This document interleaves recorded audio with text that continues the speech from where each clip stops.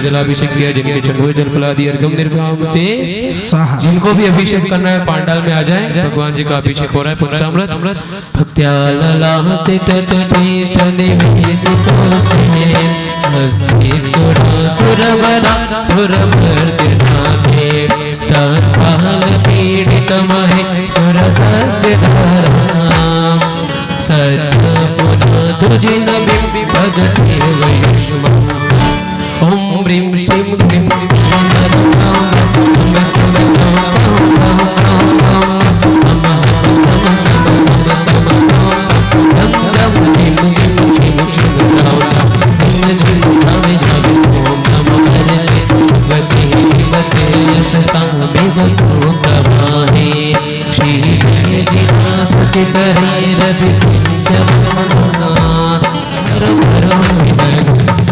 भगवान के पन चंदन लेपन करो मी सन्निसाहरि महादुख सागर में प्रभु आते आया अब सारे प्रभु चंदन ले पन लोक्य मंगल सुखालय कामदा भारती कंतव विभोर तारया श्रविका प्रमुख चतुर्संग विनाशनाय घातिकरं विनाशनाय अपायमस्माकं चिंचिन्दे विन्निन्दे मृत्यु चिंचिन्दे विन्निन्दे अतिकामं चिंचिन्दे विन्निन्दे अतिकामं क्रोधं वक्किन समनानं नमो वड्डमाननं नमो सिद्धानानं ओम नमो भगवते वड्डमानस ओम नमो भगवते भगवते श्रीमते प्रक्षणाशीष दुष्कल्मषा देवी तेजमूर्ति नमः शांतिनाथाय शांतिकरा सर्वपापनाशना सर्वरोगमुक्ति विनाशना सर्वशत्रुपद्र विनाशना सर्वारिक शांति कराय ओम राम ह्रीं रूम रोम रह परम पूज्याचरणादि सागर चरमान कृतिजाचर विमल सागर च सन्मति सागर तपस्समणच ओम रोम परम पूजित पट्टाधीशाचर वन सुनील सागर जी गुरुदेव की पावन चरण कमलों में जल फलादि अर्घ्यम निरूपामति स्वाहा श्री माजिनेन्द्र मविवंद जगत येशम तगादनायक मन तटोस्त्यार श्री मूल संग संग शाम भक्तैक हेतु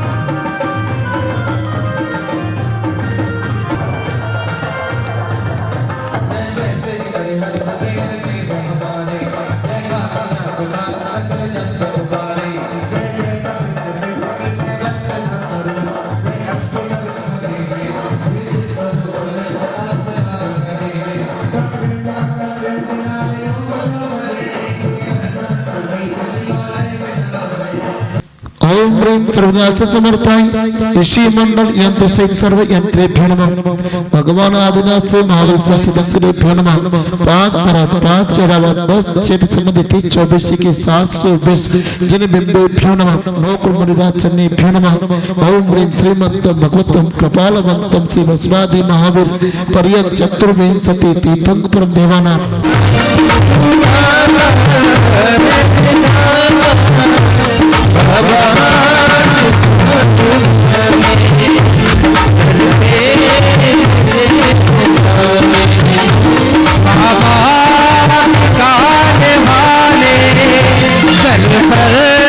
मुझे बुला ले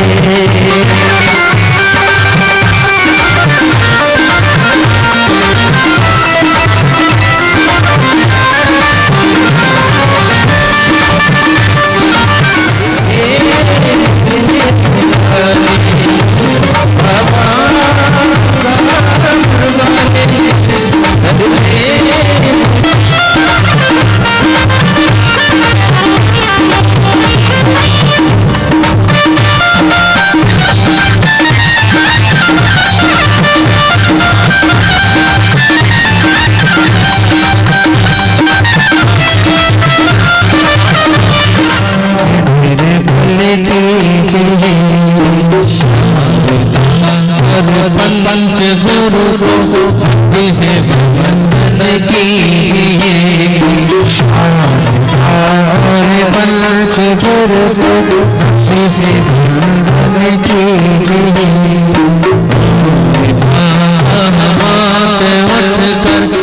श्री माता की मुखमंडल पर प्रसन्नता प्रकट होती प्रतीत हो रही है। मंद मंद मुस्कुरा रही है, मंद मंद मुस्कुरा रही है।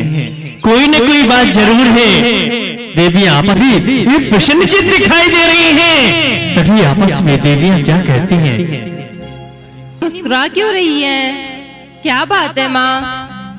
तभी दूसरी देवी, वो तो मेरी प्यारी माँ है, वो मुझे बताएंगी। तभी अगली देवी माता से और आगे बढ़ती है और क्या कह रही है? अरे अरे सखियों, वे तो मेरी प्यारी माँ है। माँ बताओ ना, क्या बात है?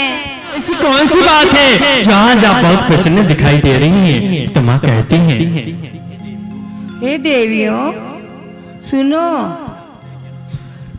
आज रात्रि के अंतिम पहर में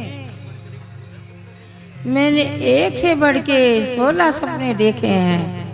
जिसी जगत जननी माता श्री माता कहती हैं, हे देवियों आज मैंने रात्रि के अंतिम पहर में, चलो तो सभी देवियां कहती हैं, माँ हम आपको इसे कैसे ले जा सकती हैं? पहले हम आपका नवन करेंगे, फिर आपका श्रृंगार करेंगे, फिर आपको जिन मंदिर होते हुए महाराज के दरबार की ओर लेते हुए जाएंगे। तो सभी देवियां चल देती हैं, अपने अपने कलशों को लेने के लिए चल देती हैं, क्रमबद्ध जा रही हैं जहाँ पर जगत जननी माता श्री माता।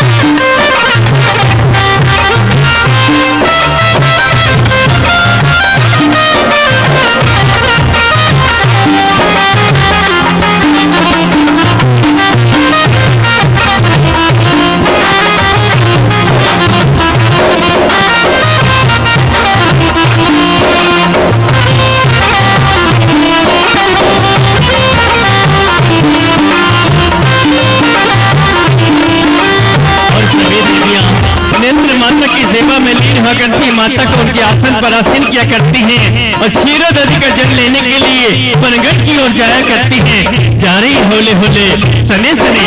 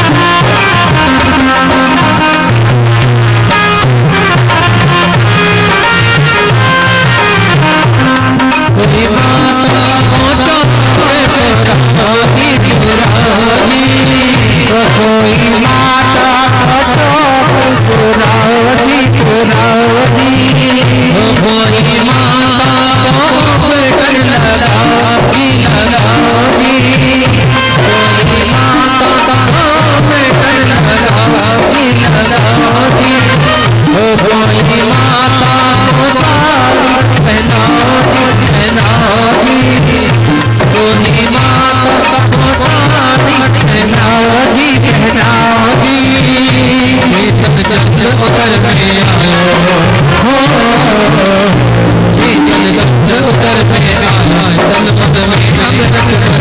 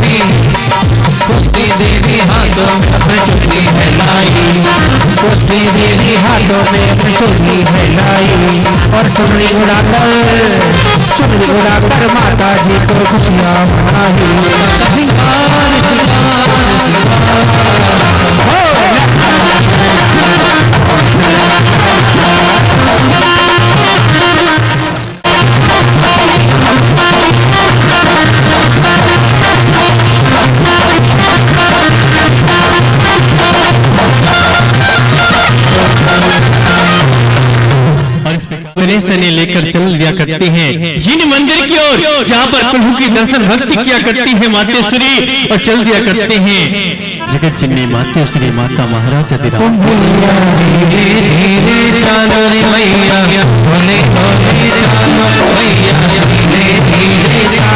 मैया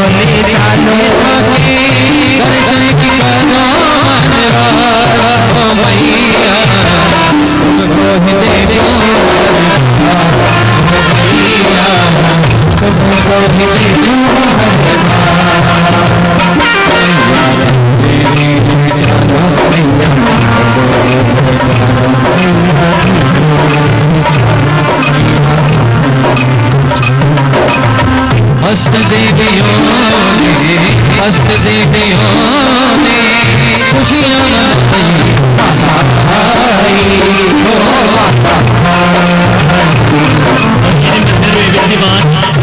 आचार्य भगवान के श्री चरण में पहुंचते हैं मातेश्वरी त्योहार नमोस्तु करते हुए श्री को समर्पित करते हैं, वंदन करते हुए पहुंचते हैं महारानी राजमहलों की ओर जा रही हैं।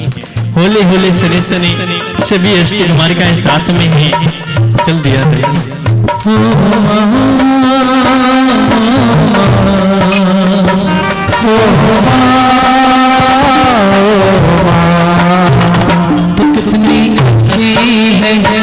कितनी भोली है प्यारी प्यारी है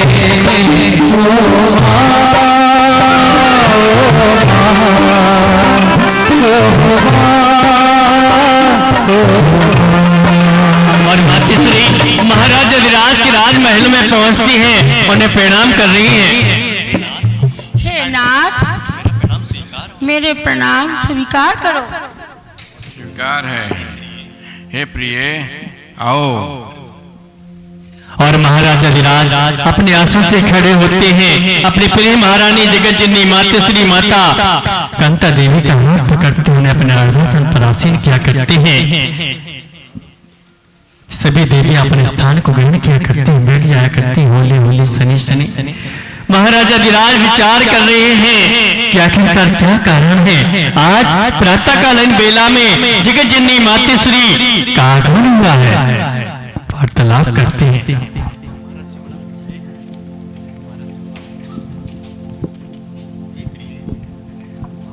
हे प्रिय, क्या कारण है आज प्रातःकालीन में राज दरबार में आने का क्या कारण है? हे नाथ, मेरे प्रणाम स्वीकार हो।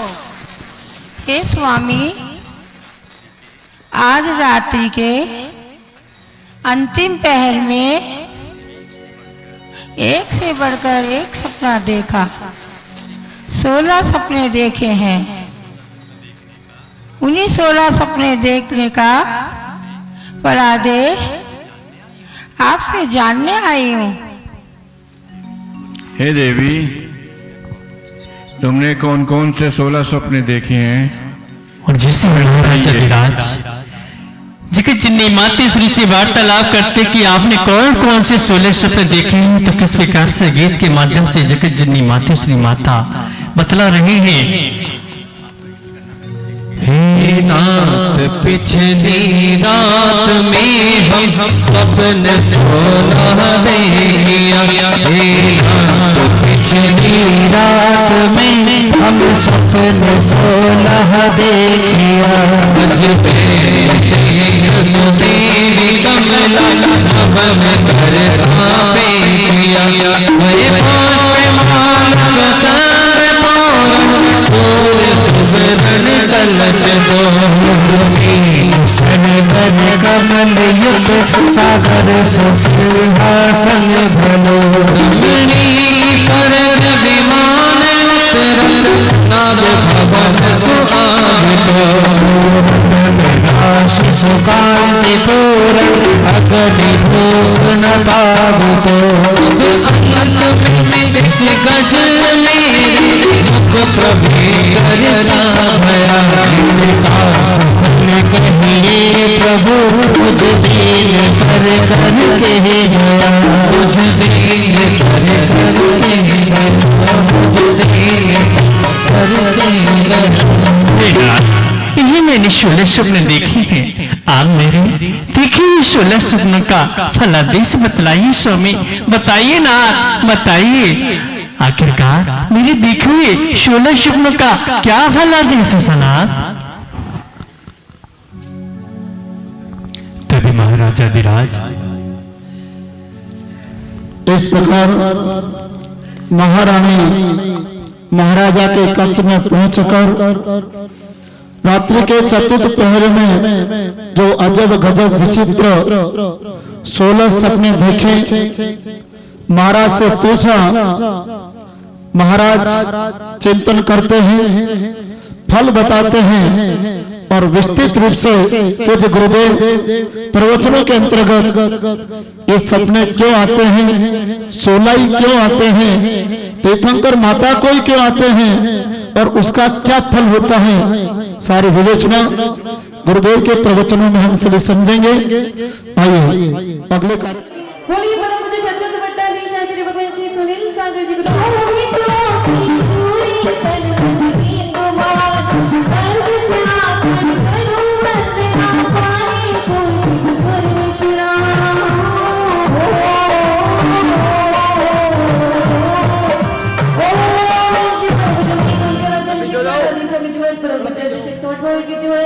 परम पूज्य आचार्य शिक्षण हुए संग जो है इधर देख लो बोलिए परम पूज्य चतुर्थ मंडल दिनेश मान से निशो में आशीर्वाद आचार्य वंश नहीं सुने संग जिकरा गुरुदेव पंचबला प्रतिष्ठा का महोत्सव और इसी श्रृंखला में अब इसके पश्चात चित्रनाम की मंगल क्रिया होने के पश्चात आचार्य भगवान की चरणों का पाद दर्शन हेतु तय करेंगे।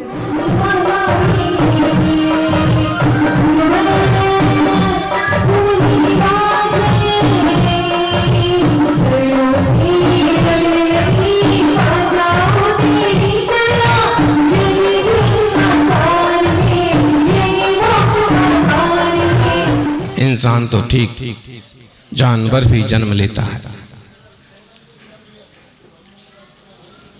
इंसान तो ठीक जानवर भी जन्म लेता है,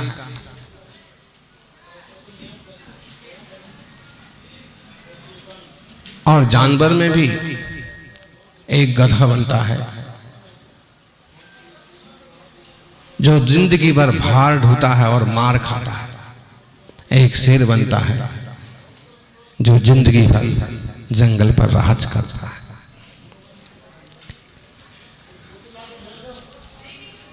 इंसान के चोले में हम भी जन्मे हैं, आप भी जन्मे हैं। मनुष्य पर्याय को हमने भी पाया है, आपने भी पाया है।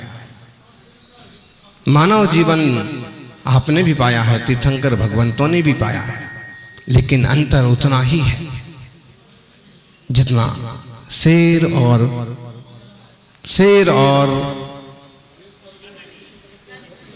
गधे में। सही बात है, जिंदगी भर बाहर ढोते हैं, जिंदगी भर मार खाते हैं, लेकिन एक अच्छे इंसान के रूप में कहां पेश आते हैं, परिपूर्णता को कहां उपलब्ध हो पाते हैं। धन है वो तपस्वी सम्राट। मुझे लगता है कि एक दिन में जितना अनाज आप खाते हैं,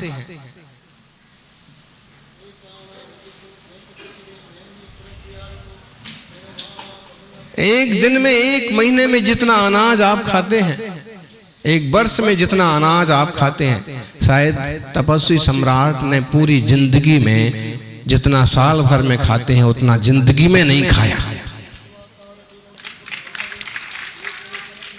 इसका मतलब है कि जैसे हम खाने के लिए जी रहे हैं और वो सिर्फ जीने के लिए जीवन चले और तपस्या करें। सौभाग्यशाली श्री शांति कुंथु अरहनाथ भगवान के पंच कल्याणक महोत्सव में विराजे तीर्थंकर चक्रवर्ती कामदेव प्रभु का यह मंगलकारी महाउत्सव। और आप देखिए एक से एक सेलिब्रिटी चले आ रहे हैं, एक से एक सज्जन लोग धर्म की धारा में जुड़ते जा रहे हैं।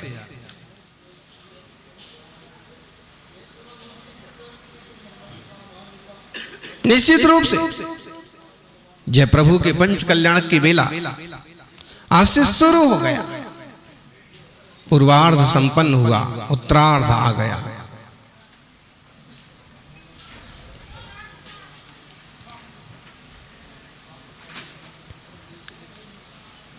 पूरी जिंदगी के 5 पड़ाव हैं, गर्भ, जन्म, तप और तप को दीक्षा भी बोलते हैं, अभिनिष्क्रमण भी बोलते हैं, केवल ज्ञान या ज्ञान और मोक्ष।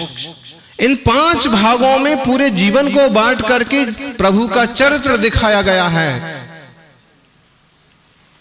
और अच्छी कोशिशें हों तो जैसा लोक में श्री राम की रामलीला प्रसिद्ध है, तीर्थंकर आदिनाथ और महावीर स्वामी का चरित्र तो उस रूप से पेश आराम से किया जा सकता है। पार्श्वनाथ का चरित्र पूरे 5-7 दिन तक खेला जा सकता है और उसी आकर्षण से लोग जुड़ सकते हैं। फिर भी बहुत ऊंचा स्तर, काफी ऊंचा स्तर प्रतिष्ठाओं ने प्राप्त किया पंच कल्याणक महोत्सव ने। और आपको सारी चीजें मालूम पड़ रही हैं। कुंथुनाथ भगवान का जन्म हुआ और जन्म के पहले गर्भ में आए। शांतिनाथ भगवान सर्वार्थ सिद्धि से आए हस्तिनापुर में। तीनों तीर्थंकर हस्तिनापुर में जन्मे। इकलौती नगरी है, 3 तीर्थंकर 3 पदधारी क्रम से। क्योंकि अयोध्या में भी 5 तीर्थंकर जन्मे हैं, लेकिन वो सभी एक पद के धारी हैं। और अंतर है, जैसे ऋषभ देव, अजितनाथ, अभिनंदननाथ, सुमतिनाथ और अनंतनाथ, आज भी वहां इनके जिनालय बने हुए हैं। निश्चित रूप से जब अयोध्या का परिकल्प हो रहा है, कायाकल्प हो रहा है, तो जिनालयों का भी बहुत अच्छा जीर्णोद्धार होगा और उनके आसपास भी सुंदर रास्ते निकाले जाएंगे और जिन धर्म की तीर्थंकरों की गरिमा और बढ़ेगी। कुंथुनाथ भगवान, शांतिनाथ भगवान के पिता विश्वसेन अरा देवी, कुंथुनाथ भगवान के पिता सूरसेन माता श्रीमती, अरहनाथ भगवान के पिता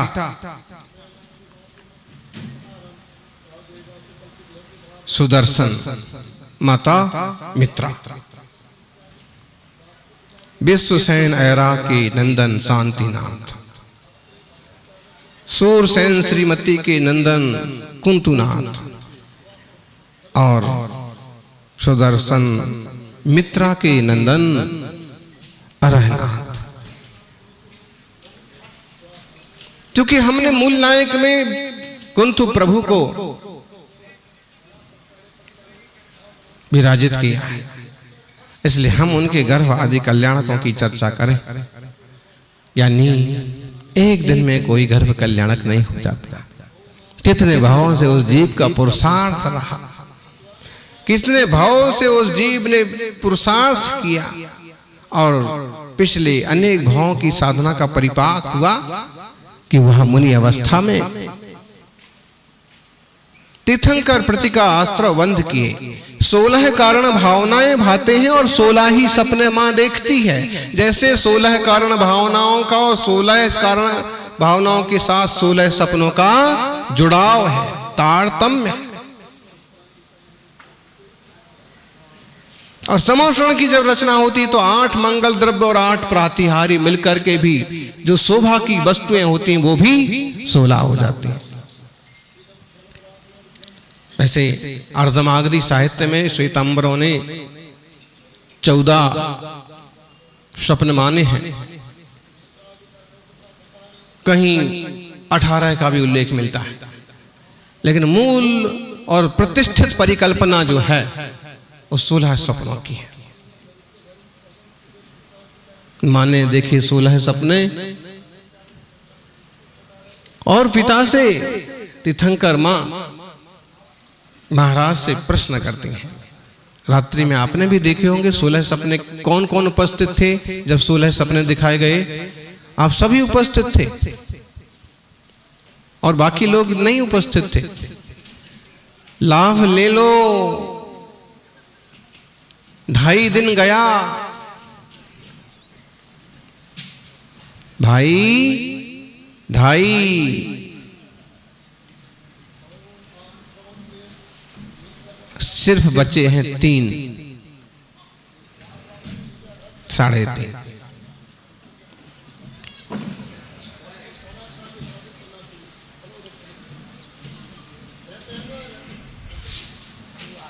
गर्भ कल्याण के संबंध में सीधी सीधी जो जयमाला है उससे अपन समझें। जय जय श्री जिनराज पृथ्वी तल पर आवते, बरसे रत्न अपार, सुरपति मिल उत्सव करें। जब प्रभु पृथ्वी पर आते हैं तो सुरपति देवताओं के राजा भी उत्सव करते हैं।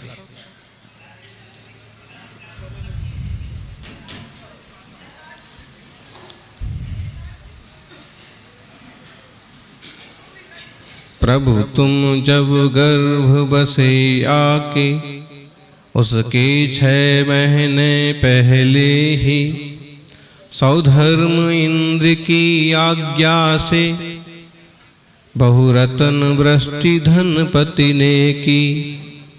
अर्थ सीधा साधा है, जब मां के गर्भ में आप आए तो उसके 6 माह पहले से नगरी की रचना हो गई।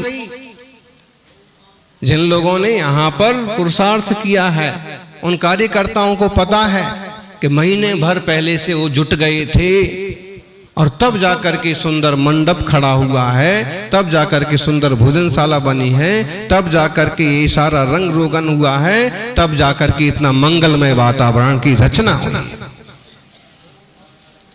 6 महीने पहले से वहां देवता लोग रत्नों की वर्षा करते। मरकत मणि इंद्र नील मणियों, बर पद्म राग मणिया सो हैं। माता के आंगन में बरसे मोटी धारा जन मन मोहे। प्रतिदिन 12.5 करोड़ कितने रत्नों की वर्षा होती है। 15 महीने तक यह वर्षा सब जन का दारिद्र खोती है। कोई दीन दुखी गरीब नहीं रह जाता है। यानी प्रभु जब गर्भ में आते हैं उसके 6 माह पहले से इतना धन बरस जाता है कि सारी जनता तृप्त हो जाती है। इसका मतलब है कि धर्म भावनाओं के लिए, धर्म ध्यान के लिए इंसानों का धन से तृप्त होना भी बहुत जरूरी है।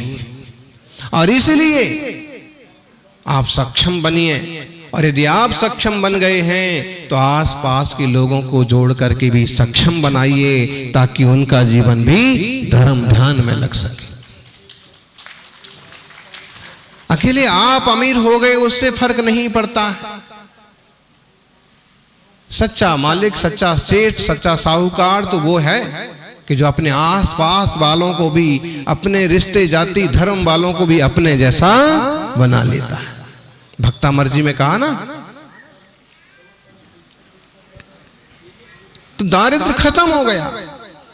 जिन माता पिछली रात्रि में 16 सपनों को देखे हैं, प्रातः पति देव निकट जाकर उन सब का शुभ फल पूछे है। पतिदेव कहे हे देवी सुनो।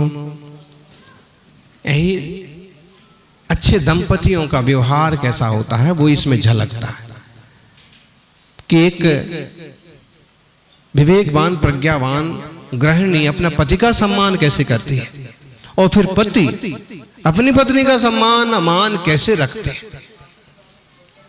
वो तीर्थंकर के माता पिता के इस चित्र से जनता के सामने आता है, और जनता को बहुत बड़ी सीख है कि प्यार चाहते हो तो प्यार दो, सम्मान चाहते हो तो सम्मान दो। परिवार गृहस्थी हमेशा दृढ़ रूप से बनाए रखना चाहते हो तो एक दूसरे का आदर करना सीखो। और फिर वो कहते हैं पतिदेव प्रातः पतिदेव कहे देवी सुनो, तुम तीर्थंकर जननी होगी।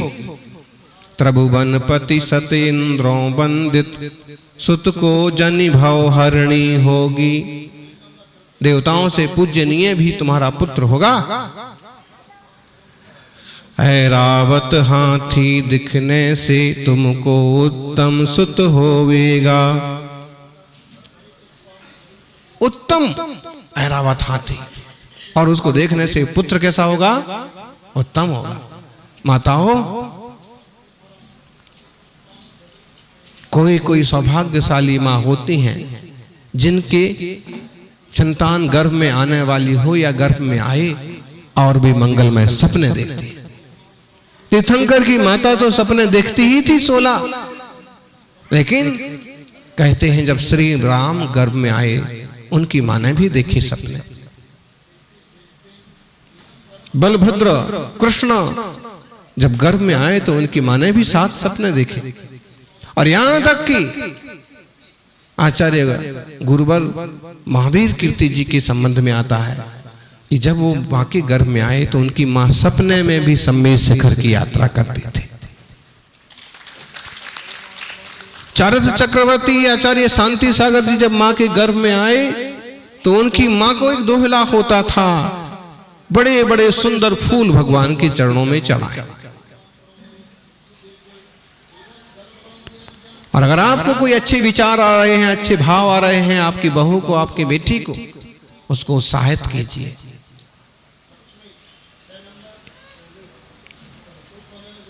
उसकी भावनाओं का ख्याल रखिए।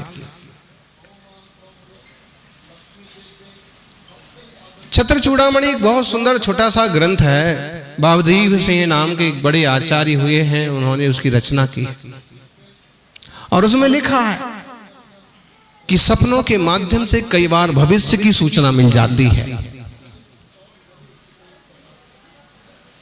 और माता के 16 सपने तो बिल्कुल पूरी तरह से भविष्य की सूचना देते हैं। और बड़े सौभाग्य की बात देखिए उस मां के सौभाग्य की कि एक मां 16 सपने देखती है और उनका एक ऐसा बेटा पैदा होता है कि 16 के 16 सपने साकार कर देता है। बेटों का कर्तव्य है कि तुम्हारे इस जीवन के माता पिता यूं तो ढेरों सपने देखते हैं कि बड़ा होगा, पढ़ेगा, अधिकारी बनेगा, ख्याति पाएगा, ढेरों सपने देखते हैं, लेकिन उनका सबसे खास सपना होता है कि हमारे बुढ़ापे की लाठी। प्रत्येक बेटा बेटी का कर्तव्य है कि अपने बुजुर्ग माँ बाप, दादा दादी के बुढ़ापे की लाठी बने, सहयोगी बने,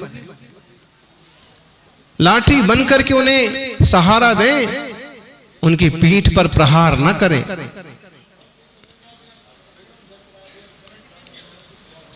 प्रभु का चरित्र देखिए सही।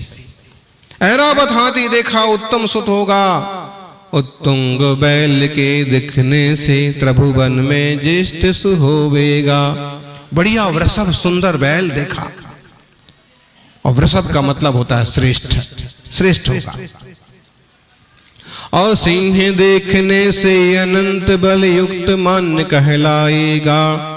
माला द्वय दिखने से सुधर्ममय उत्तम तीर्थ चलाएगा। शेर को देखा अत्यंत बलशाली होगा, 2 माला देखी उत्तम तीर्थ को चलाएगा, सुखमय जीवन होगा। लक्ष्मी के दिखने से सुमेरु गिरि पर उसका अभिषव होगा। पूर्ण शशि से जन आनंदे, भास्कर से प्रभामयी होगा। द्वय कलशों से निधि का स्वामी, मछली युग दिखी सुखी होगा। सुरवर सरवर से नाना लक्षण युक्त, सागर से वह केवली होगा। सिंहासन को देखा तुमने, उससे वह जगत गुरु होगा। सुर के विमान के दिखने से अवतीर्ण, स्वर्ग से वह होगा। नागेंद्र भवन से अवधि ज्ञान, रत्नों से गुण आकर होगा। निर्धूम अग्नि से कर्मेंधन को भस्म करे, ऐसा होगा। कैसा होगा? है? एक एक सपने का सीधा सीधा अर्थ है। लक्ष्मी देखी है, उसका अभिषेक होगा सुमेरु पर्वत पर, लक्ष्मी का अभिषेक हो रहा है। 2 मालाएं देखी हैं, उत्तम तीर्थ चलाएगा। पूरा चंद्रमा देखा है, अत्यंत शीतल शांत होगा। सूरज देखा है, प्रतापवान भी होगा। गजब की बात है, शीतल भी और प्रतापी भी। 2 कलश देखे हैं भरे हुए, निधियों का स्वामी होगा, अथाह संपत्ति। कलश तो आजकल भी हैं, बोले खोद घर, जब इनने अपना घर खोदा तो इनको तो सोने की घड़े मिल गए, इनको तो कलश मिल गए सोने के। आज भी कलश संपत्ति का प्रतीक माना जाता है।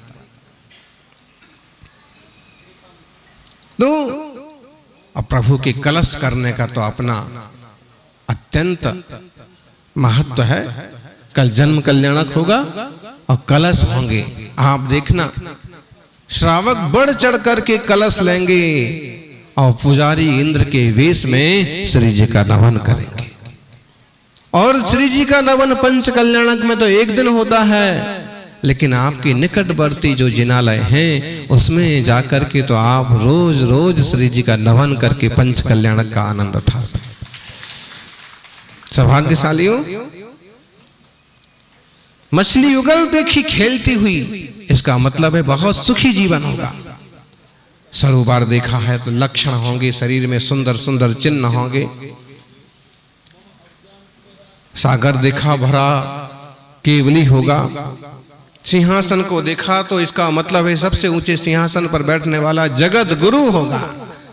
राजपाट तो करेगा ही करेगा, लेकिन वह तेरा स्तुत जो है जगत का गुरु होगा। देवताओं का विमान देखा, इसका मतलब है स्वर्ग से आएगा। नागेंद्र का भवन देखा, इसका मतलब है अवधि ज्ञान होगा। 3 ज्ञानधारी होते हैं तीर्थंकर जन्म से ही, गर्भ में भी। और रत्नों का समूह देखा, राशि ढेर, इसका मतलब ढेर सारे गुण होंगे। निर्धूम अग्नि,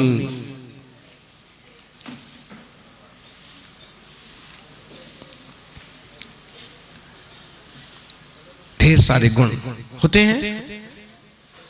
अभी जयपुर में थे तो मोहन भागवत का आने का चल रहा था।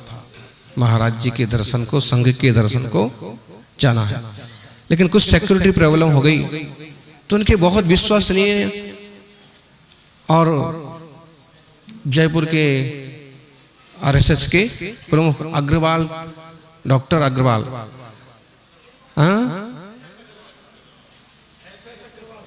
एसएस अग्रवाल, तो वो आए और उन्होंने कहा कि मुझे भगवत जी ने भेजा है और आप कम से कम आप उन्हें ऑनलाइन तो आशीर्वाद दे दो, वो आ नहीं पा रहे हैं, ऐसी समस्याएं बन गई।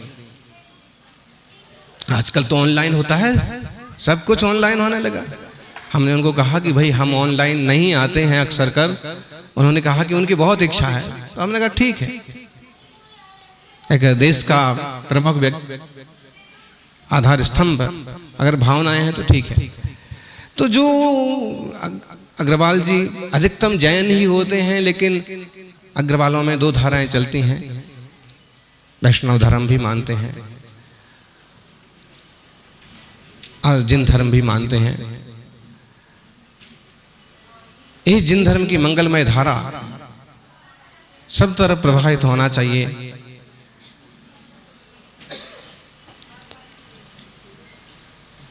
तो काफी सज्जन एकदम शुरू से जितनी टाइम उपस्थित रहे, 10-15 मिनट, आधे घंटे, हाथ जोड़ के पूर्ण विनम्रता से,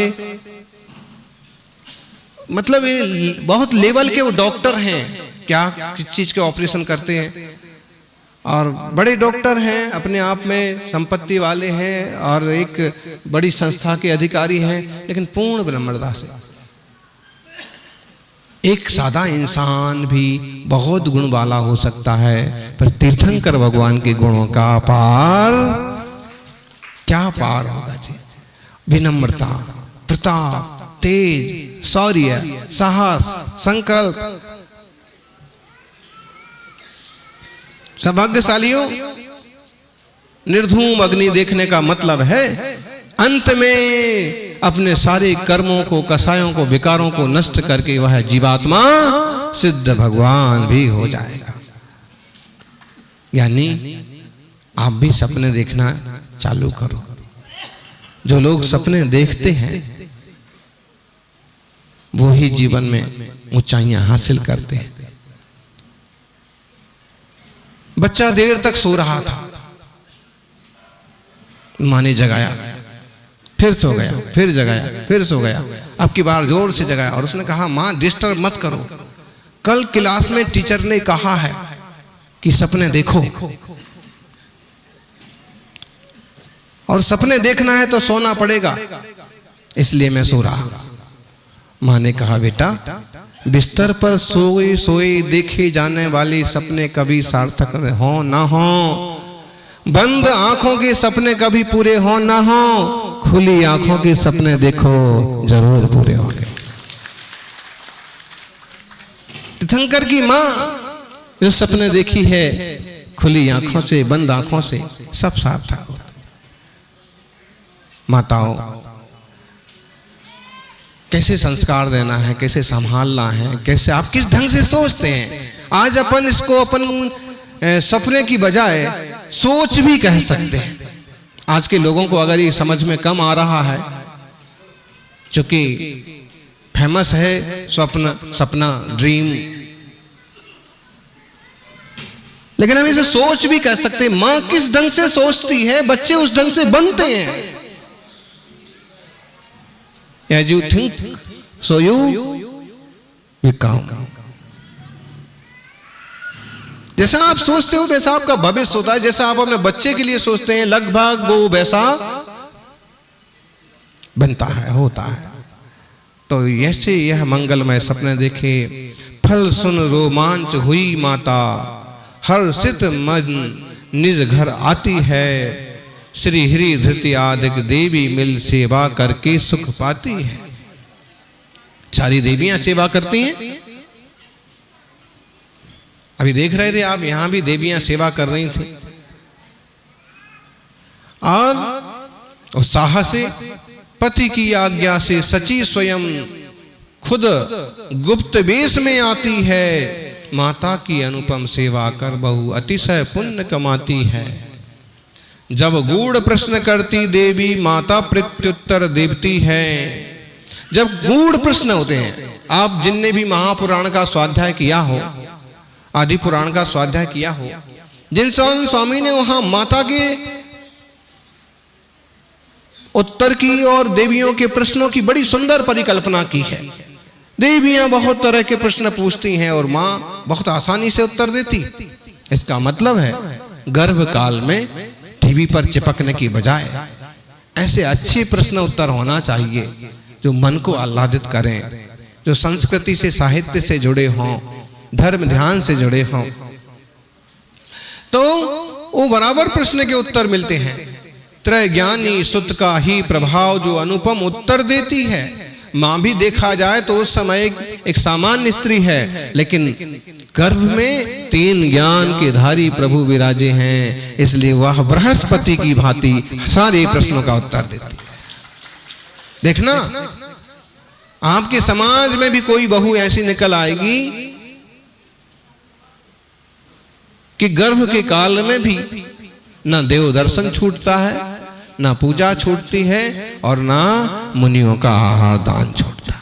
एक आध निकलेंगी 100 में। निश्चित रूप से होनहार जीव है कोई कि जो इस भार वाले जीवन में भी धर्म की भावनाएं बढ़ा रहा है। इस विधि से माता का महात्म प्रभु तुम प्रसाद से होता है। तुम नाम मंत्र भी अद्भुत है, भवि जन का अघमल धोता है। मैं इसीलिए तुम शरण लिया भगवान, अब मेरी आस भरो, निज ज्ञान मति संपत्ति देकर स्वामिन अब मुझको कृतार्थ करो। गर्भ कल्याण की अद्भुत महिमा। एक संकल्प जरूर करना चाहिए। और हर पंच कल्याणक में हम कहते हैं कि जो सुन रहे हैं, जो देख रहे हैं, वो एक संकल्प जरूर करें कि कोई भी जीव गर्भ में आए उसका गर्भपात नहीं कराएंगे। हमारे देश में गर्भ कल्याणक की परंपरा है, गर्भपात कराने की कोई परंपरा नहीं है। अपनी दुष्टता से, अपने स्वार्थ बस, अपने विषयों की पूर्ति के लिए जो इस तरह के कदम उठाते हैं वो जिंदगी भर बहुत पछताते हैं। कई बार इस तरह की चेष्टा से गर्भाशय ही बिगड़ जाता है। कई बार गर्भपात कराने वालों का खुद का जीवन खतरे में पड़ जाता है। सामने वाले पंचेंद्रिय जीव का तो घात हुआ ही हुआ। ढेरों बीमारियां ऐसे लोगों को भी लग जाती, ऐसी महिलाओं को भी लग जाती। पंचेंद्रिय जीव की रक्षा, और पता नहीं कौन भाग्यशाली जीव उनके गर्भ में आया है। एक बार धरती पर आने दो। आपको नहीं चाहिए है तो किसी मंदिर की वेदी पर रखा, किसी मंदिर की सीढ़ी पर रखा, किसी सार्वजनिक स्थान पर चुपचाप छोड़ दो, लेकिन ऐसा कुछ मत करो कि उसकी जान ही चली जाए। आजकल तो ऐसे किस्से भी पढ़ने को मिलते हैं कि झाड़ियों में फेंक देते। भाई झाड़ी पर क्यों फेंकते हो? मिट्टी में क्यों दबा रहे हो? पानी में क्यों फेंक रहे हो? सड़क पर रख दो ना। है उतना छोटा बच्चा ना तुम्हें पहचान रहा है और ना तुम्हें वो किसी को बताएगा कि किसने मुझे छोड़ा है, लेकिन कम से कम ऐसी जगह रखोगे किसी के हाथ लग जाएगा तो हो सकता है कि उसका भी भला हो जाएगा, इसका भी भला हो जाएगा। बेटा बेटी एक समान, तीर्थंकर आदिनाथ का पैगाम। बेटों को भी शिक्षा दी, बेटियों को भी शिक्षा दी।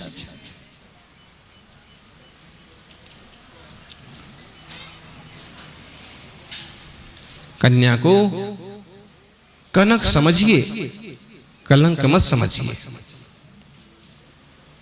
आप पर निर्भर करता है कि आप उसे कितना निखारते हैं।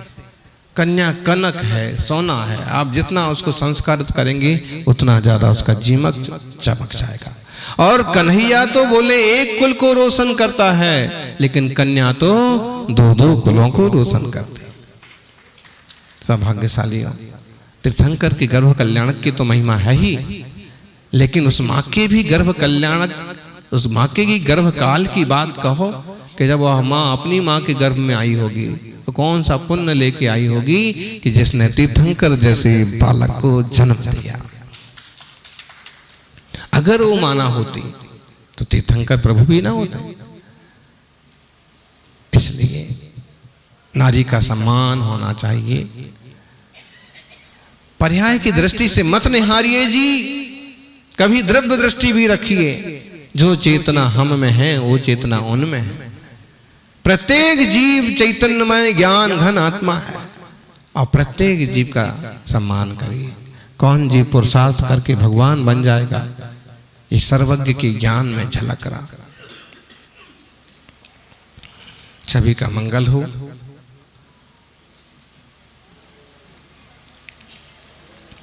सभी का उत्तम हो। सब जीव स्वतत्व को जान करके आत्म कल्याण करें, ऐसी मंगल भावना।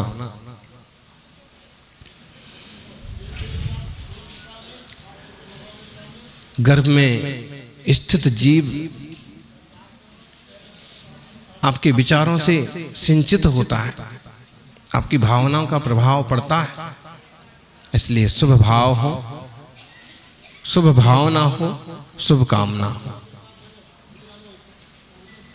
और कौन सा जीव शांति कुंथु अरहनाथ भगवान की तरह, तीर्थंकर भगवंतों की तरह अभूतपूर्व पुण्य प्रकृतियों को लेके आए और जैन धर्म की ध्वजा को आसमान की ऊंचाइयों पर लहराए।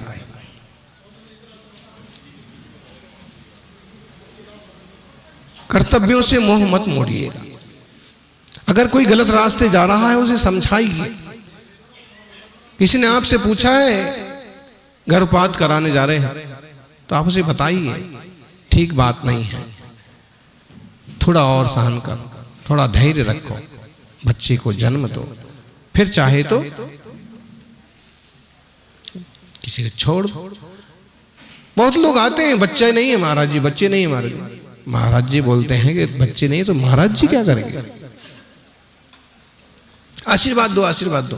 ध्यान रखना, जिन लोगों ने कभी इस तरह की प्रवृत्तियां की हैं कि गर्भपात कराए, कि संतान नहीं चाहिए, कि फिजूल का काम है, कई बार बाद में ये होता है कि उस खोटी थिंकिंग का परिणाम ये निकलता है कि चाहने चाहने पर भी परिवार आगे बढ़ता। इसलिए जब गृहस्थी में गए हो, गृहस्थी युग कार्य कर रहे हो, तो विवेक से ऐसी प्रवृत्तियां करो ताकि जिन धर्म की ध्वजा थामने वाला कोई ना कोई वंश का अंश हो, और वह ना कंस हो ना रावण हो, वो परमहंस हो।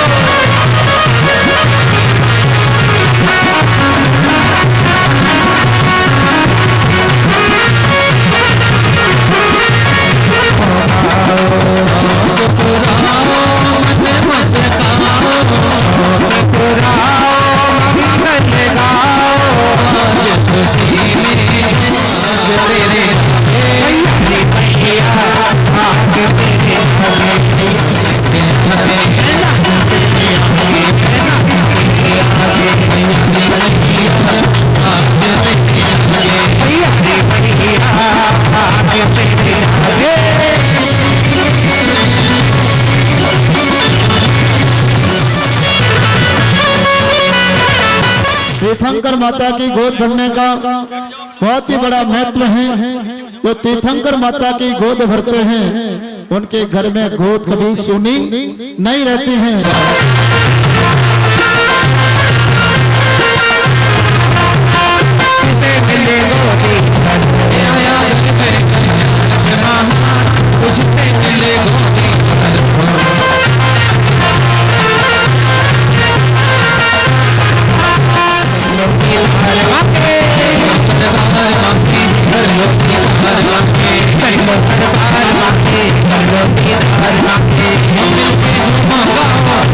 चलो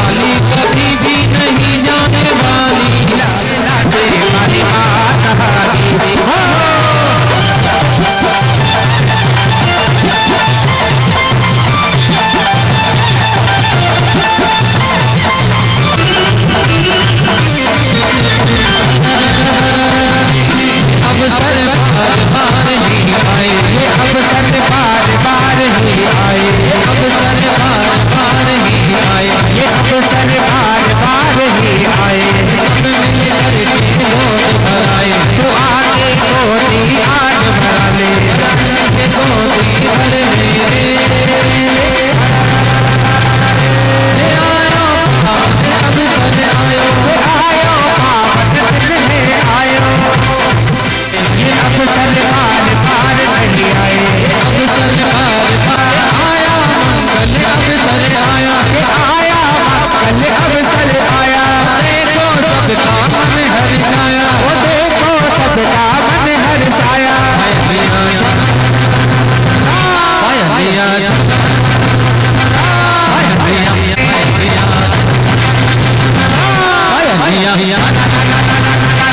बड़े भक्ति भाव से चलिए माता की गोद भरने के लिए आ रहे हैं। उसके बाद सनत महेंद्र और सनत महेंद्र के पीछे हाँ जी चलिए। अरे तो शोभा मिलेगी। चलिए अरे जब से मिला मिला ईमानदार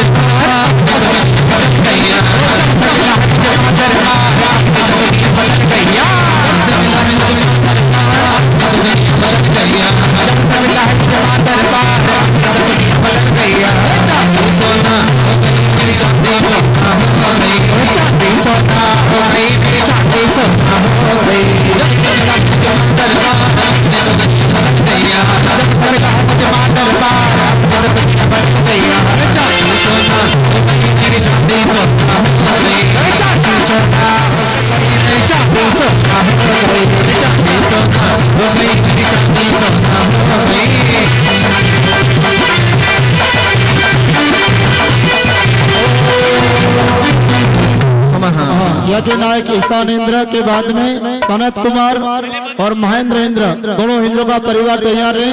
वो सातों महिलाएं माता की गोद भरने के लिए आएगी।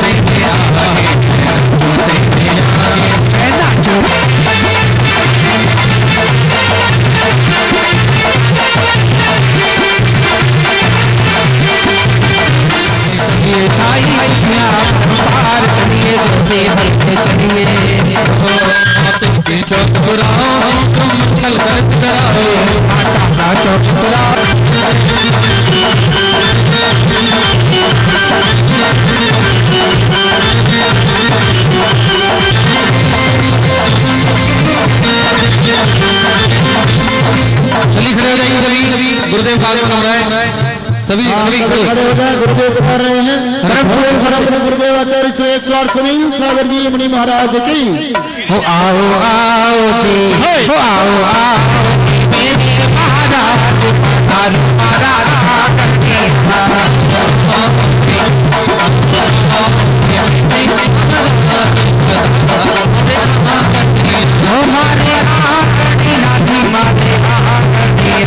मोक्ष के आधार हो हे गुरुवर आप मेरे, मोक्ष के आधार हो सभी ट्रस्ट मंडल हमारे अतिथियों का तिलक माला श्रीफल आदि से सम्मान करेंगे। बड़ा ही सौभाग्य है, बड़ा ही सौभाग्य है हमारी इस पावन रज भूमि का कि इतने बड़े आचार्य संघ का विराट नगर की धरा पर मंगल एक ऐतिहासिक धरोहर पर आपका चतुर्मास में आगमन पूरी जनता की तरफ से आपके चरणों में मेरा निवेदन है कि महाराज श्री आप चतुर्मास विराट नगर की जनता मेरी तरफ से आपको बार बार निवेदन है कि आप चतुर्मास यहाँ की पावन धरा पर करें ताकि यहाँ की रज पवित्र हो सके और आपका परम पुण्य आशीर्वाद यहाँ की जनता को मिल सके। आपके चरणों में मेरा कोटि कोटि नमन। हमारे महोदया का सम्मान कर रही है यहाँ पर, आप से मोटी तालियां बजाइए। और भी साथ में जो भी अतिथिगण हैं उनका सम्मान भी यहाँ का ट्रस्ट मंडल करें। और सभी अतिथियों का कि आप चतुर्मास इस विराट नगर की धरा पे करें। हम सब लोगों का सौभाग्य होगा कि आप सब लोगों की सेवा करने का हम लोगों को मौका मिल रहा है और निश्चित रूप से आपके दिखाए हुए मार्ग पे संसार चले, हम सब लोग चले, आपकी प्रेरणा से हम लोग आगे बढ़े, ऐसी मैं उम्मीद हम सब लोगों से करता हूं जो यहाँ पे विराजे हैं। क्योंकि संसार में आगे बढ़ने के अच्छे उपाय, अच्छे मार्ग आपके श्रीमुख से ही हम लोगों को प्राप्त होते हैं। तो निश्चित रूप से आपने जीवन में जो त्याग और तपस्या की है उसका परिणाम, उसका फल हमारे विराट नगर की इस जनता को भी मिले, विराट नगर की इस पावन धरा को भी मिले, ऐसी मैं उम्मीद करता हूं कि आपके चरण बार बार हमारे यहाँ पे पड़ते रहें ताकि हमारी धरती भी पवित्र होती रहे, यहाँ भी सुख शांति अमन चैन का माहौल हमेशा कायम रहे, ऐसी मैं प्रार्थना करता हूँ। बहुत बहुत धन्यवाद। राम राम। सम्मान समारोह तब तक 2 मिनट का समय मैं आपका लूंगा। अभी गुरुदेव के प्रवचन के उपरांत गुरुदेव की भगवान जिनेंद्र प्रभु की मां जिनवाणी की मंगलमय आरती। धर्मस्नेही भव्य आत्माओं, विराट नगर की इस पावन भूमि पर विराटता के इस माहौल में हम सभी अपने जीवन को उस दिशा में ले जा रहे हैं जिस दिशा में कुछ नहीं मिलना है। व्यक्ति 2 चीजों में उलझा हुआ है, उन दोनों में ही जीवन जा रहा है, जीने का ढंग जा रहा है, जीने का जितना भी कार्यक्रम है सब उसमें ही उलझ रहा है और दोनों से कुछ मिलने वाला है नहीं है। व्यक्ति 2 के चक्कर में ही अपने पूरे जीवन का उलटफेर लगा के चल रहा है, ना 2 का हो पाता है ना 2 उसके हो पाते हैं। वो दोनों के उलटफेर में ही हमारा ये जीवन धुल रहा है। पहला है श्री और दूसरी है श्रीमती। इन दोनों के उलटफेर में आपका जीवन का चक्र निकल जाता है, हाथ में कुछ नहीं आता है, फिर भी आदमी कमाने के पीछे 24 घंटे लगाता है। जीवन का चिंतन करना, मनन करना, अपने अंदर सोचना, विचार करना कि जितना अर्जन करने में लगा हूं वो विसर्जन तक मेरे साथ नहीं जाएगा। मैं अक्सर कहा करता हूं, वक्त का क्या भरोसा, किस समय रुक जाएगा, जो कुछ कमाया सब यही छूट जाएगा। अरे पुण्य के खजाने साथ में कमा लो, ऐसा हिमालय फिर क्या पता तुम्हारे नगर में कब आए। पुण्य का सरोवर आपके नगर में है। जीवन के क्षण, आचार्य हमेशा कहते हैं कि मुनियों का क्षण और अन्न का कण कभी बर्बाद मत कीजिए। मुनियों का क्षण और अन्न का कण जिसने बर्बाद कर दिया उसने अपने जीवन को कंगाल कर दिया। इसलिए जीवन में कुछ भरो। तुम जिन चीजों को भरने की कोशिश कर रहे हो वो भरने वाली नहीं है। तिजोरी कितना भरो, तुम्हारा मन खाली का खाली है। आदमी के पास पहले साइकिल नहीं थी तो साइकिल के लिए तरसता था, और साइकिल आ गई तो मोटरसाइकिल की उम्मीद पैदा हो गई। मोटरसाइकिल आ गई तो नैनो मिल गई, नैनो से मन नहीं भर पाया तो 800 आ गई, मर्सिडीज आ गई। अब तो प्लेन खरीदना चाहता है, प्लेन भी आ जाए तो जाने क्या करना चाहता है। आदमी की तमन्ना कभी भी नहीं पूरी होती है। इसलिए जीवन में जिन चीजों को तुम भरना चाह रहे हो उनको मत छोड़िए। श्री को कितना कमाओ तो भी तुम देखो और हमको देखो, आपके जीवन हमारे जीवन में कितना अंतर है। आपके पास इतने सुख है फिर भी आप परेशान हैं। पैर में जूता है, सिर पे छाता है, बैंक में खाता है। पैर में जूता है, सिर पे छाता है, बैंक में खाता है, पत्नी से नाता है। बेटा बेटी पापा मम्मी कह के बुलाता है, ससुराल से लिफाफा 2 बार पक्का है। जमाई का जन्मदिन, पत्नी की एनिवर्सरी, 2 लिफाफे पक्की है। तुम जाओ मत जाओ अपने आप पहुंच जाएंगे। तो पैर में जूता है, सिर पे छाता है, बैंक में खाता है, पत्नी से नाता है। बेटा बेटी देखते ही पापा के बुलाता है, पापा साल में 2 बार आता है। 13वीं कोई ना कोई तुम्हें शादी विवाह में खाने पे बुलाता ही बुलाता है, फिर भी आपका चेहरा नहीं खिलखिलाता है। और हमको देखो, ना पैर में जूता है, ना सिर पे छाता है, ना बैंक में खाता है, ना पत्नी से नाता है, ना कोई पापा बोला लिफाफा आता है, ना कोई शादी ब्याह में बुलाता है, फिर भी दिगंबर संत हर दिल को भाता है, उसका परमात्मा से जो नाता है। इतने नातों के बाद भी तुम्हें कोई नहीं चाहता है, और हर रोज सुबह 10 बजे हमें हर आदमी अपने चौके में परगान करके ले जाना चाहता है।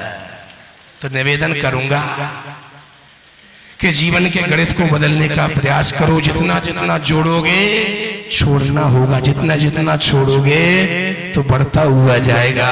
हमको देख लो, हमने एक माँ के 2 आंसू छोड़े, लाखों माताओं के दर्दों को मिटाते हैं। एक घर का मोह छोड़ा, जिस जगह बैठ जाएं वो अपने आप तीर्थ बन जाते हैं। इसलिए जीवन में जोड़ने का विचार मत कीजिए, तीर्थंकर के जैसे छोड़ने का प्रयास कीजिएगा। गर्भ में आए तो 56 कुमारियां देवी आई, कल जन्म होगा तो सोदरम पूरा परिवार लाएगा, लेकिन दीक्षा के बाद सब जंजाल छूट के मोक्ष मार्ग प्रवर्त हो जाएगा। इसलिए बंधुओं, हम सभी इस गर्भ करा के रखें, अपने बच्चों को भी अच्छे गर्भ के संस्कार दें। लोग कीड़ा मारने से भी हिचकते हैं, फिर पता नहीं गर्भपात करने कराने से क्यों नहीं डरते।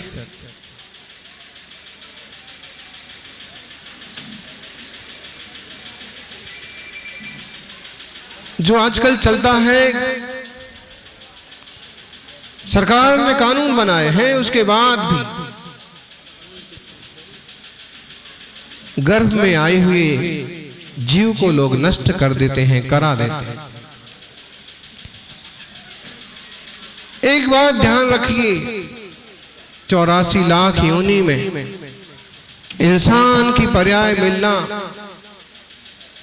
जन्म जन्म के पुण्य से होता है, और कोई जीव इंसान की पर्याय में आता है और आप उसे बीच में ही रोक देते हैं, खत्म कर देते हैं, तो इस दुनिया में आपसे बड़ा कोई अपराधी नहीं है। गर्भ कल्याणक महोत्सव शिक्षा देता है, तीर्थंकर जब गर्भ में आए तो स्वर्ग से देवता उतर आए। तीर्थंकर की मां की सेवा 56 कुमारी देवियां करती हैं। वो ऐसी देवियां होती हैं जो सौधर्म ईशान के अधीन होती हैं, लेकिन उनका काम सिर्फ एक होता है कि जब भी तीर्थंकरों का गर्भ कल्याणक और जन्म कल्याणक होता है तो वो उपस्थित रहती हैं और मां की सेवा करती हैं। गर्भस्थ मां की सार संभाल कैसे होना चाहिए, इस चरित्र से आप सीखिए। हमारा देश गर्भ कल्याणक महोत्सव मनाने वाला देश है, गर्भपात कराने वाला देश नहीं है। कुछ देशों में ऐसी मांग हो रही है कि महिलाओं का अधिकार है। राजस्थान पत्रिका के संपादक गुलाब कोठारी एक दिन बैठे हुए थे और इस विषय पर चर्चा होने लगी कि जब तक स्त्री प्रज्ञा संपन्न नहीं होती है तब तक देश और समाज को कोई नहीं बचा सकता। और तब हमने कहा कि देखिए, आज माहौल ऐसा बन रहा है कि महिलाएं कह रही हैं कि गर्भपात कराना हमारा अपना अधिकार है। अगर उनका अपना अधिकार है और कितने ही महीने का, कितने ही सप्ताह का वो गर्भपात करा सकती हैं, वो ऐसा समझती हैं, तो हमने उनको पूछा कि ऐसा भी तो होगा ना कि गर्भ के बालक का भी तो कोई अपना अधिकार होना चाहिए, गर्भस्थ शिशु का भी तो अपना कोई अधिकार है। अगर उसका जो गर्भ में विराजा हुआ शिशु है, क्या उसको मारने पर मानवाधिकार आयोग कोई एक्शन नहीं लेगा? वास्तव में तो लेना चाहिए, क्योंकि जब से जीव गर्भ में आया है तब से वह पंचेंद्रिय संगी है, मनुष्य है। धवला पुस्तक 13 का वाचन चल रहा था। वीरसेन स्वामी ने एक बात को बहुत गंभीरता से खोला और उन्होंने कहा, गर्भ के पहले समय से लेकर के, गर्भ काल से लेकर के 8 वर्ष का होने तक मनुष्य सम्यक दर्शन प्राप्त नहीं कर सकता। उसके बाद कर सकता है, उसके बाद संयमी बन सकता है। 8 वर्ष अंतर्मूढ़, 8 वर्ष कहां से गिने जाएंगे? गर्भ से। कई लोगों को तो एक कल्पना नहीं होती है, महीने निकल जाते, 2 महीने निकल जाते, 3 महीने निकल जाते, तब जाके कहीं अंदाज लगता है कि गर्भ में कोई जीव आया है। लेकिन शास्त्र कहते हैं कि अंतर मुहूर्त का 1 घंटे का आया हुआ गर्भस्थ जीव का हिंसा करना भी पंचेंद्रिय जीव के घात करने का पाप। ध्यान रखना, जो कुछ सौभाग्य में से मिलता है उसे 7 पीढ़ियां भोगती हैं।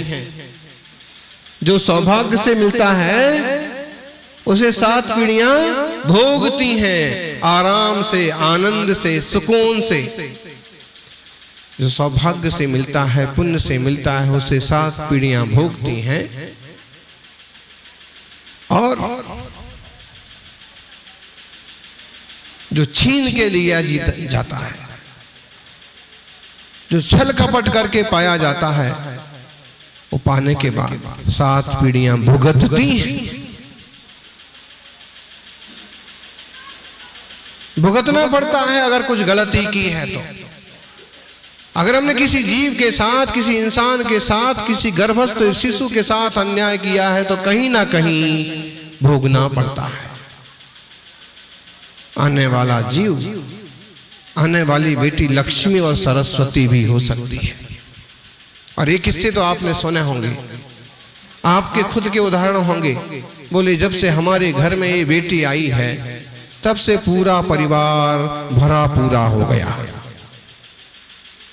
धन संपत्ति बढ़ने लगी। वर्धमान महावीर स्वामी के जन्म के समय से और गर्भ के समय से, गर्भ से 6 माह के पहले से महाराज सिद्धार्थ की विदेश देश की संपत्तियां बढ़ने लगी थी। और इसलिए जन्म के बाद उन्होंने अपने बेटे का नाम क्या रखा था? बोलिए, वर्धमान। गर्भ में आते ही बढ़ने लगा। ऐसे ही कोई जीव भाग्यवान पुण्यवान ऐसा होता है कि आपकी प्रज्ञा बढ़ती है, संपत्ति बढ़ती है, ख्याति बढ़ती है, समृद्धि बढ़ती है। इसलिए आने वाले किसी भी जीव का तिरस्कार नहीं करना चाहिए। ज्ञानियों, कितने जन्मों की साधना के बाद गर्भ कल्याणक प्रभु को प्राप्त हुआ। हमें गर्भ कल्याणक प्राप्त हो ना हो, लेकिन एक गर्भ ऐसा जरूर मिले, एक इंसान का ऐसा चोला जरूर मिले कि जिसे पाकर के इंसान बने, मुनि बने और मुनि बन करके मोक्ष चले जाए। क्या करेंगे इस संसार में? इस बदलती हुई पर्यायों में शाश्वत कुछ भी नहीं है। और आप सिर्फ पर्याय को पकड़ लेना चाहते हैं, जो पकड़ में आता नहीं है उसे आप पकड़ने की कोशिश कर रहे हैं। छाया माया एक सी, पकड़े भागी जाए, पीठ दिखा बाको चलो तो पीछे पड़ जाए। छाया और माया दोनों एक जैसी होती है। अगर उसे पकड़ने की कोशिश करोगे तो भागती फिरती है। आप छाया को पकड़ो, अपनी छाया को कैसे पकड़ेंगे आप? क्योंकि आजकल तो कैमरे आ गए हैं और फोटो खिंच जाता है। लेकिन आप अपनी छाया को, परछाई को पकड़ना चाहें तो पकड़ सकते हैं क्या?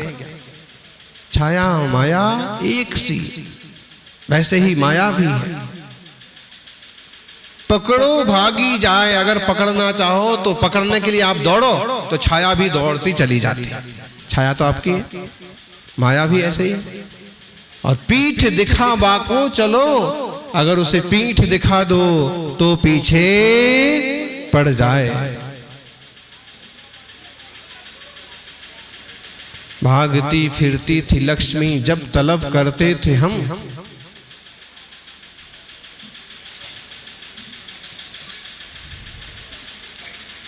मतलब है कि दुनियादारी के लिए जितना आर्त रौद्र ध्यान कर रहे हैं वो अपने लिए नुकसानदायक ही है। आत्मार्थियों, इस बात पर ध्यान दो। रेल के इंजन दो तरह के होते हैं और आजकल देखें तो तीन तरह के। कोयले वाले इंजन, डीजल वाले इंजन और आजकल देखें तो बिजली वाले इंजन। कोयले वाले इंजन जो होते हैं धुआं बहुत फेंकते हैं, पूरा टर्मिनल काला पड़ जाएगा, पूरा आसपास का गांव भी, पेड़ पौधे आसपास के काले पड़ जाएंगे, इतना धुआं निकलता है कोयले वाले इंजन से। कोयले वाले इंजन से गाड़ी चलती कम है, उतनी फास्ट स्पीड नहीं होती है, धुआं बहुत फेंकती है। फेंकती है कि नहीं? देर से मंजिल तक पहुंचाती है। और जो बिजली वाला इंजन होता है वो बिल्कुल धुआं नहीं फेंकता और गाड़ी एकदम फुर्र से चली जाती है और बहुत जल्दी मंजिल पर पहुंचाती है। समझना, ऐसे ही अपना जीवन है। जो आर्त रौद्र ध्यान का कोयला अपनी ज्ञान घन आत्मा रूपी रेलगाड़ी में डालते हैं, जो कुध्यान का कोयला अपनी गाड़ी में डालते हैं, अपने विचार, वो कोयले का धुआं होता है। धुआं बहुत निकलता है, कसाय बहुत भड़कती है, वासना बहुत भड़कती है और शांति और सुकून का कोई काम नहीं। आर्त ध्यान, रौद्र ध्यान, खोटे ध्यान है। कोई प्रिय व्यक्ति बिछुड़ गया, उसके लिए रोते रहना। कोई अनिष्ट व्यक्ति मिल गया, उसको भगाने का सोचते रहना। कोई शरीर में तकलीफ हो गई, क्या करिएगा? चलते चलते चर्या परिचय जय करते करते पांव में छाले पड़ गए हैं, पांव में खून आ गया है। अब पीड़ा पर ध्यान दो तो आप आर्त ध्यान में चले जाएंगे और सहजता से बढ़ते जाओ तो चर्या परिचय जय हो जाएगा। जीवन में आपके भी ऐसी समस्या आएंगी, अब समस्याओं पर फोकस करोगे तो समाधान धूमिल हो जाएगा और समाधान पर फोकस करोगे तो समस्या खत्म हो जाएगी। आप चाहते क्या है? समाधान चाहते हैं तो समाधान पर दृष्टि दीजिए। जीवन की गाड़ी में आर्त रौद्र ध्यान का कोयला मत डालिए। हिंसानंदी, मृषानंदी, चौर्यानंदी, चोरी में आनंद मानना, हिंसा में आनंद मानना, झूठ बोलने में आनंद मानना। और आजकल तो टीवी सीरियल भी यही सिखा रहे हैं, मोबाइल भी यही सिखा रहा है। और सबसे खतरनाक 5G तो आ गया ना, आ गया।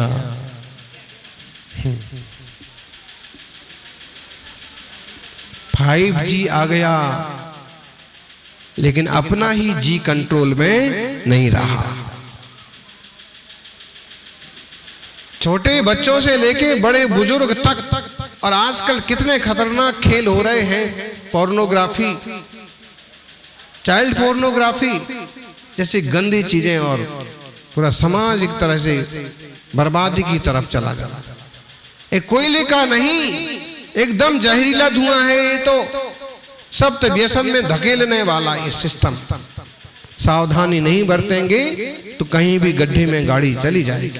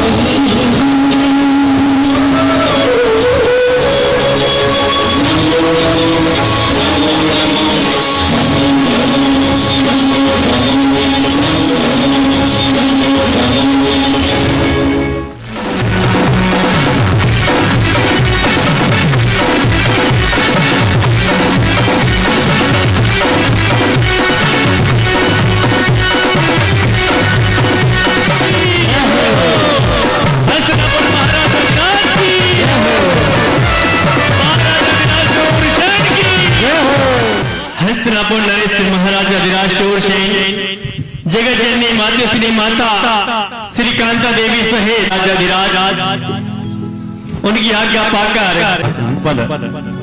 दूर देशांतर के राजा महाराजाओं के उनकी महारानियों के मन में कोई जिज्ञासा उत्पन्न हुआ करती है तो क्रमबद्ध आ रहे हैं अपने अपने जिज्ञासा समाधान पाने के लिए अपने महाराज से अपने जिज्ञासा समाधान पाने के लिए भक्ति भाव से आ रहे हैं, झूमते हुए भक्ति साथ आ रहे हैं और क्या कह रहे हैं।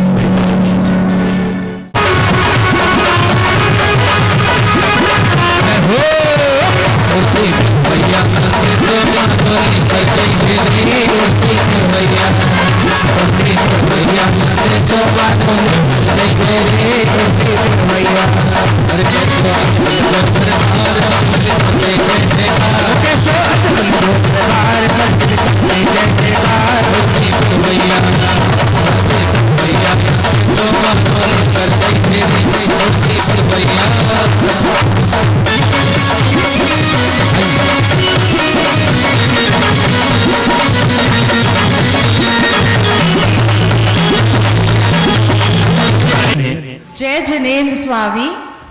जय जिनेन्द्र देवी।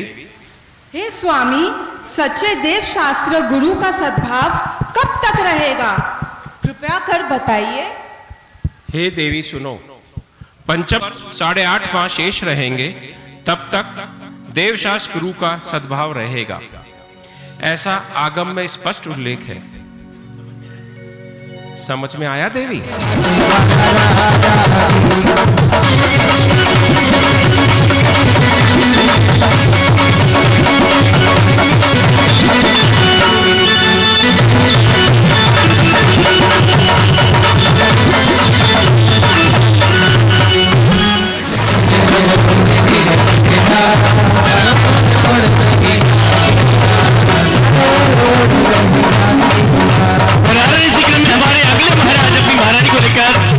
भक्ति साथ आते हैं।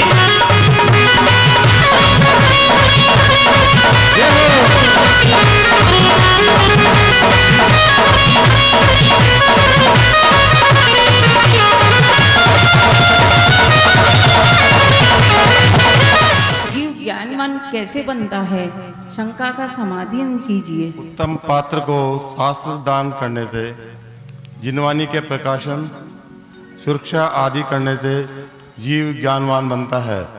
समझ में आया?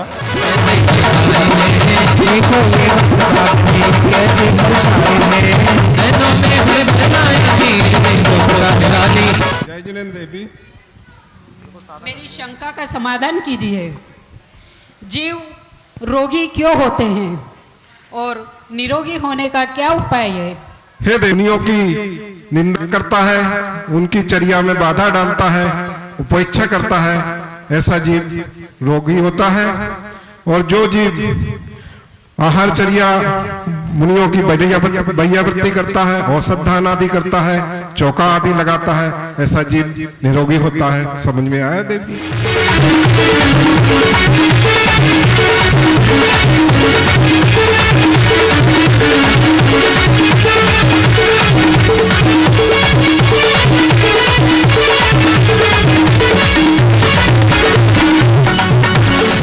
हे स्वामी, मेरी शंका का समाधान कीजिए कि ये जीव तिरछ गति को क्यों जाता है। समाधान ही तो करते आया हूँ, अभी आपकी शंका का समाधान कर देते हैं। हे देवी, ध्यान पूर्वक सुनिए। कुटिलता की भावना अर्थात मन में कुछ और वचन में कुछ, जो जीव ऐसा करता है वह त्रियंच गति को प्राप्त होता है। समझ में आया देवी? हे स्वामी, मेरी मन की जिज्ञासा है, उसको दूर करो। महारानी पूछ रही महाराज कि हमें किसकी शरण में जाना चाहिए। हे क्षेत्रीय देवी, हमें देव शास्त्र गुरु की शरण की जाना चाहिए।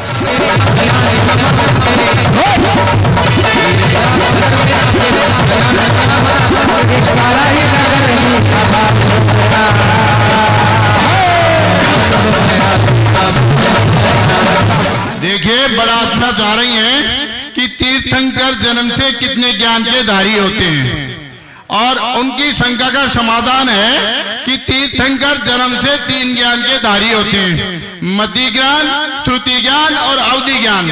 वो प्रकृति से ही जन्म से 3 ज्ञान के धारी हुआ करते हैं।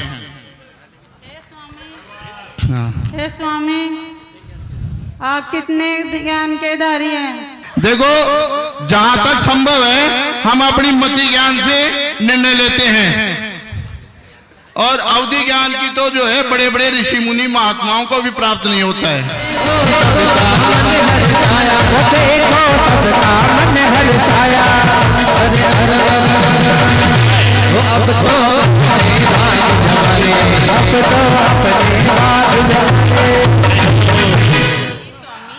यह बताइए कि जीव देव गति में क्यों जाता है?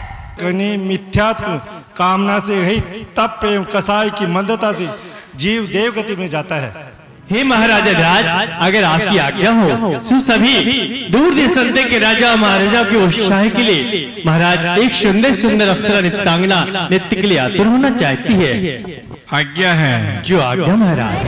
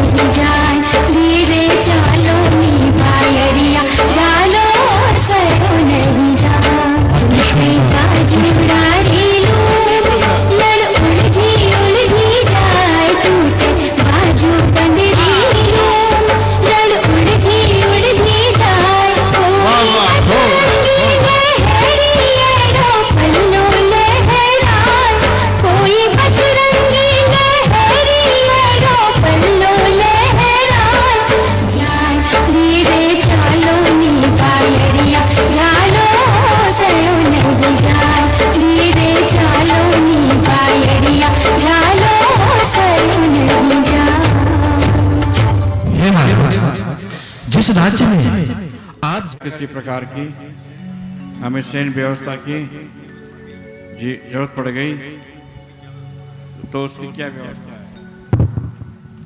हे दीनबंधु दीनानाथ, प्रजापालक, प्रजावत्सल, आप सैन्य व्यवस्था के बारे में जानना चाहते हैं, जिसे मैं आपको अवगत कराता हूँ। अरे प्रजा सारी यहाँ कोई दुख नहीं है, और जितना सुख तीनों लोकों में उतना सुख यही है।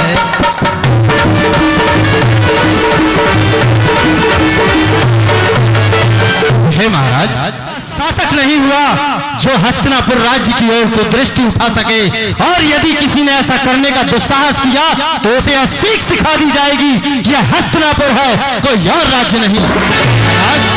रात्रि के किसी भी पहर में कोई भी स्त्री एक स्थान से दूसरे स्थान पर संपूर्ण आभूषणों को पहनकर निसंकोच जा सकती है महाराज, उसे चोरी डकैती का कोई भय नहीं है। अनुशासन तो इस प्रकार से विद्यमान है महाराज।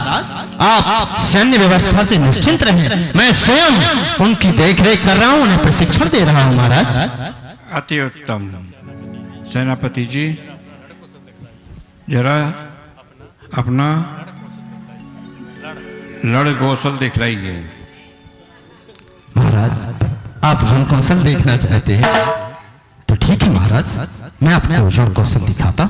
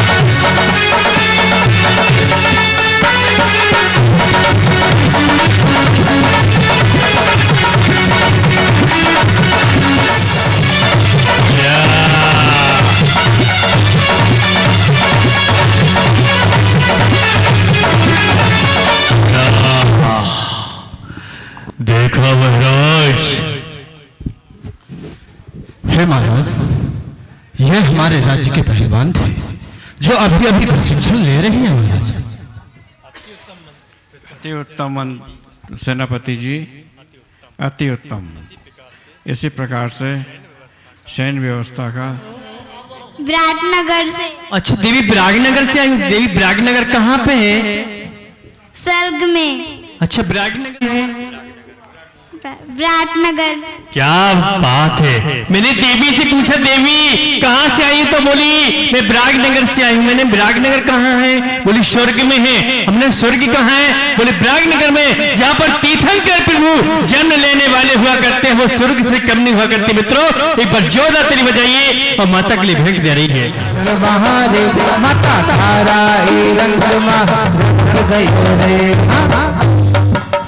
देवी कहाँ से आई हो? जयपुर से। ये देवी जयपुर से आई है। देवी क्या माँ के लिए क्या लेकर आई हो? माला लेके आए। मोती की माला लेकर आई। क्या बात है। और माता के लिए भेंट दे रही है। हे माँ, मेरा भेंट स्वीकार कीजिए, मेरा परिणाम स्वीकार कीजिए। ये देवी हस्तिनापुर से आई है। देवी माँ के लिए क्या लेकर आई हो? पुस्तक। अच्छा शास्त्र लेकर आई हो। क्या बात है। देवी जब हस्तिनापुर से आती है तो कोई ऐसी भी चीज लेकर नहीं आती। माता के लिए शास्त्र भेंट करने के लिए आई है। माता को प्रणाम करती हो, शास्त्र भेंट करती है।